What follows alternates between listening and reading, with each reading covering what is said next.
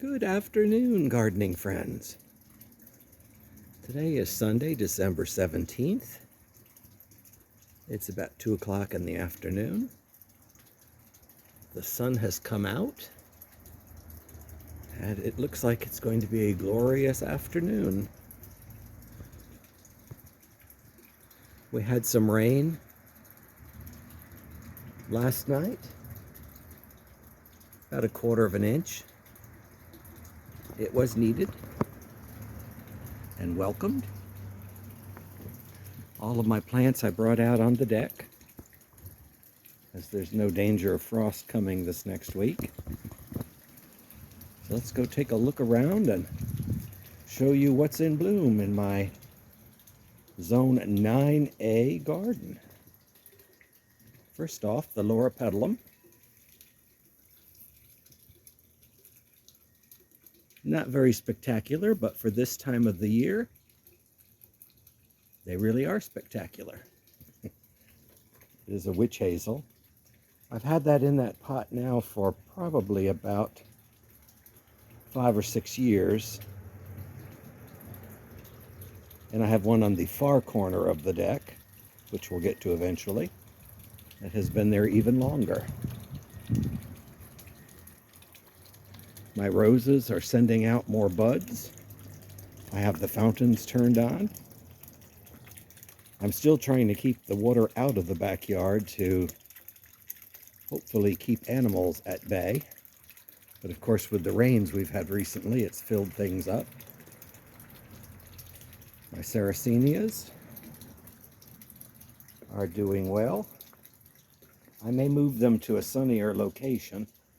This deck faces north, so as you can see, the only thing that really is going to get sun throughout the winter is whatever's on this very far end of the deck, and you can even see how far the shade goes. That's about the worst of it for the winter. It'll get better shortly. The golden chalice vines did like the week that they spent inside my garage, where the temperatures were kept at about 60-ish. As you can see, their flowers are coming. That is actually a vine, and in Florida, it can grow quite big distances. I mean, we're talking 30, 40 feet. Here, however, because we're slightly cooler now, I really keep it bonsaied. That's been in that pot, that size pot, for many years.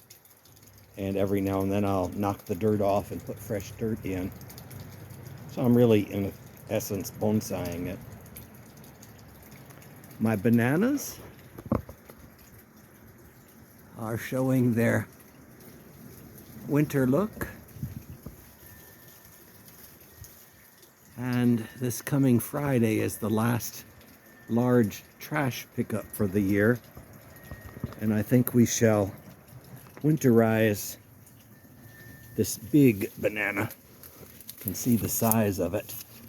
And winterizing for me means cutting it back to the ground. It's going to be extremely heavy. We'll have to get a step ladder and probably take it out in 3 or 4 foot sections, because it is full of water and very heavy. All of these pots will have to be moved. I think I'm only going to cut the big one down, and at least for now I'll leave the smaller ones around it. You can see it's still getting new shoots, so frost hasn't killed it back, so I won't either. However, the big one is kind of in the way right now. It's time to sort of cut it back for the winter.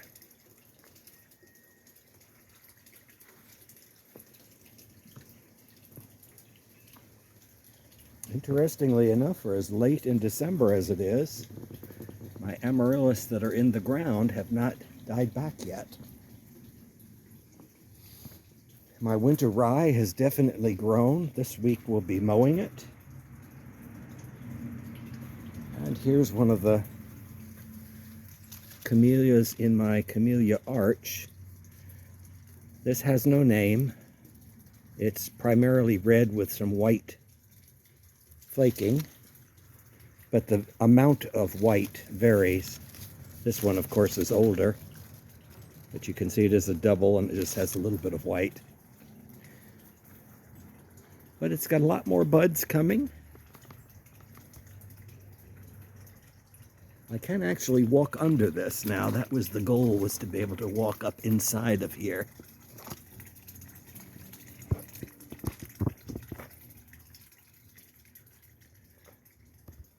I still have my satsumas on the tree.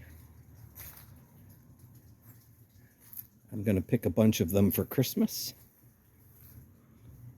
Cook with some of them and just use them mostly as decoration. Normally I like to eat them, but this year they're a little pithy. They're very, in other words, there's not a lot of juice inside. And a little on the dry side. It's because of all the drought that we've had. Oh, there's baby, sleeping soundly. Miss Mimi is inside. It's a little chilly, so she's inside sleeping on the bed. Here you can see the paper whites. These paper whites I planted this year in pots. Oh, my Japanese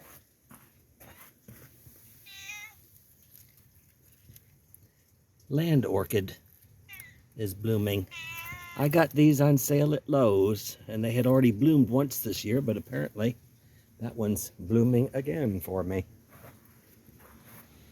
I'm going to be bringing my amaryllis in the house. Yes, baby, we see you there. Here's the problem with winter rye. You can see it tends to grow wherever you don't want it to grow. I'll be going around here with a hoe. Fortunately, its roots aren't very deep. Usually it gets caught up, but it did not this year because I happened to get it during the rains. It'll stick to the bottoms of your feet, and when you wipe your feet on the welcome mats, it'll actually sprout in the welcome mats.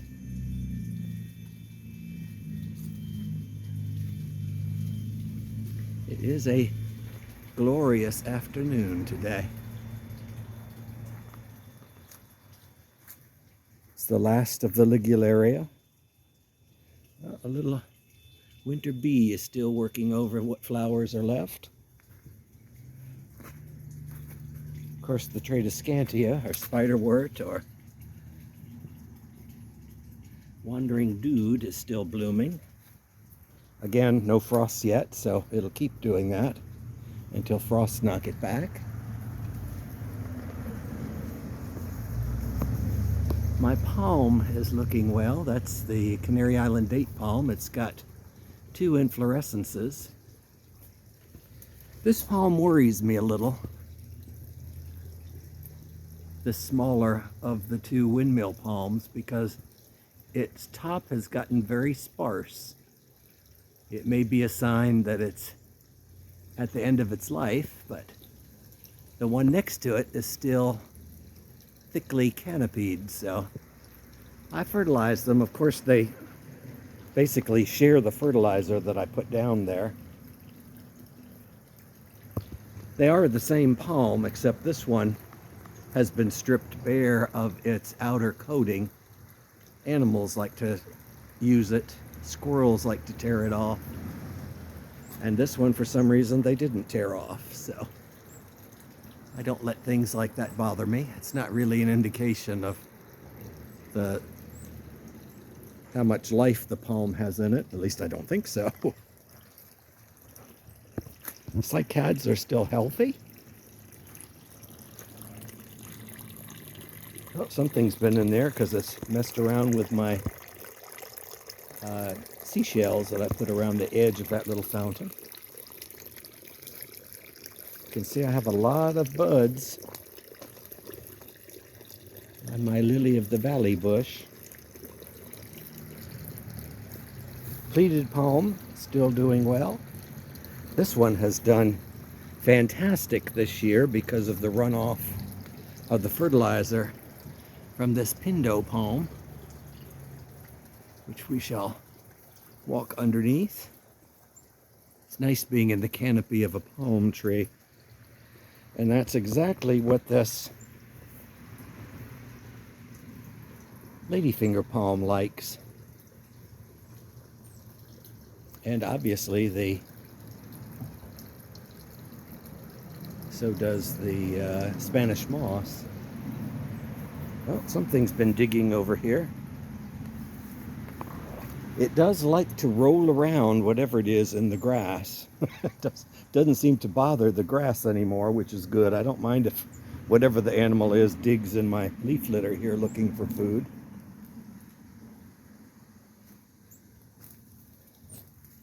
That ladyfinger palm is doing fine. And I planted some of the ferns in here, the ones that are growing all over my front yard. And you can see the berries on my nandinas.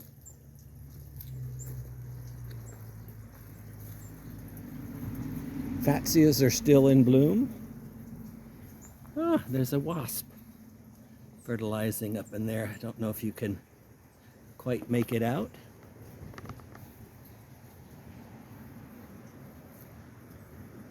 And believe it or not, the loquats are still in bloom. Still sending out new flowers.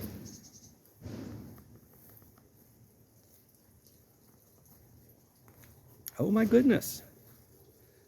I spy with my little eye.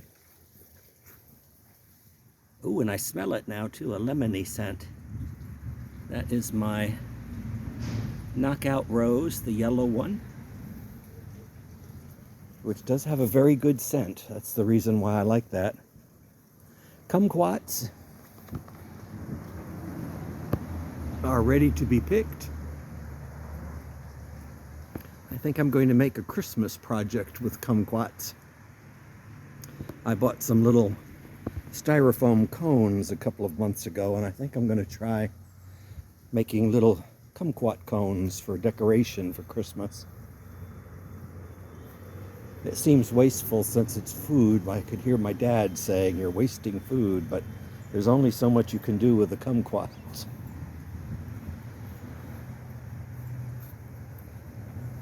I did go ahead and spread the leaves that I had. You saw in the last video I had 3 bags of leaves in the front yard. And they made a nice mulch up in through here. I did this whole back along the fence. And I want to really show you the size of these encore azaleas. They're absolutely gorgeous. Double. It's called autumn carnation. And it kind of does look like a carnation.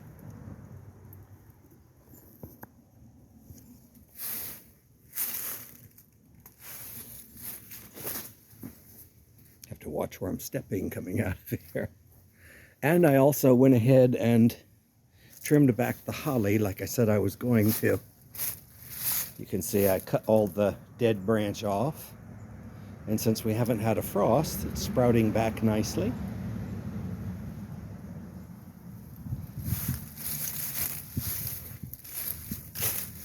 Oh, some animal has been in here digging around, which is okay. Here is a forsythia that I took from cuttings from my old homestead up in New York. It has gotten big enough that I may find a more permanent spot for that. Or that may be its permanent spot if I keep the holly short. These are other forsythias that I have.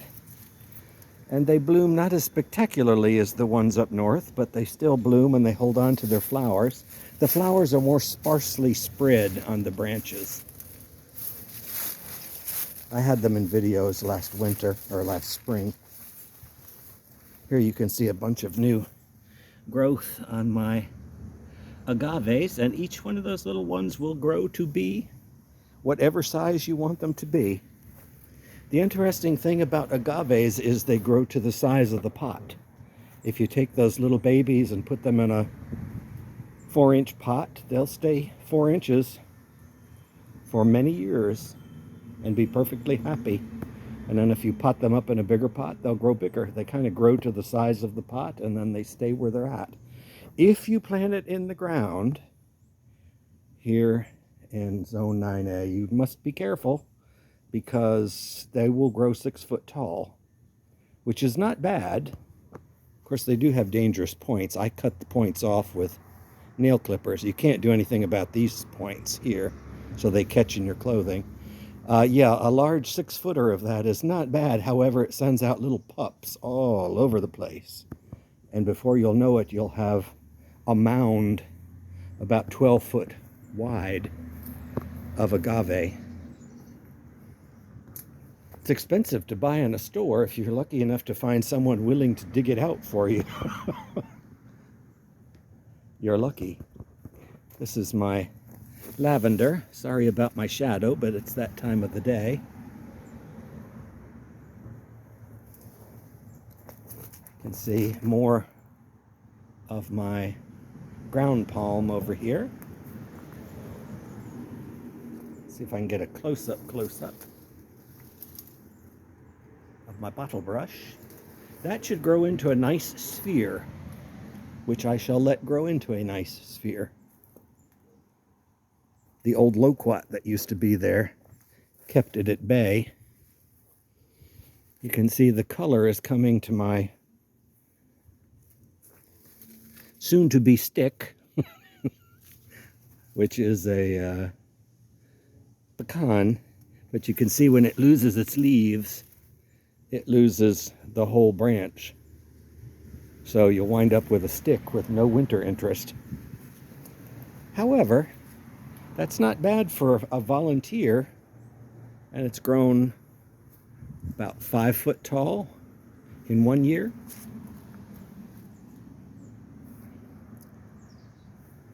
Still have plenty of bud, more coming, and my angel's trumpets. And the daturas still have a few flowers. I've got to watch the seeds, because I do want to try and catch the seeds as they open so that I can sprout some in pots. That did come true to seed. I was surprised because I thought the double daturas might be a hybrid, but they came true to seed.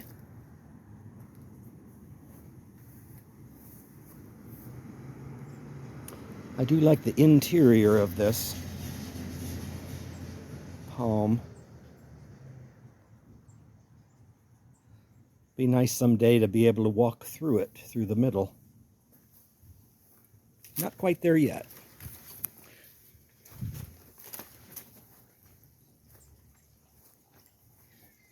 Oh, I hear baby off in the distance. Not quite far enough off in the distance because I can still hear her. Well, that's about it for today. I just wanted to take you on a little walk around the backyard and show you all of what's in bloom. I'll probably do another short video the next sunny day we have and show you the front yard. But it's beautiful to be out today in the sun. It's been a while since I've been outside. I've been working hard inside. Lots of bud on this. I can't wait for that to bloom. That's a Queen Bessie. I got that at Bellengrath Gardens. Actually, the view of the windmill palm looks quite pretty from this angle. I stole the candle out of the lantern for my Christmas decorations. I have battery-operated candles out here because there's a lot of shade, and solar only works if sun can shine on it. So I have some solar lights, but mostly things in shades are battery operated. So yes, have a good week. It's getting close to Christmas. It's beginning to look a lot like Christmas.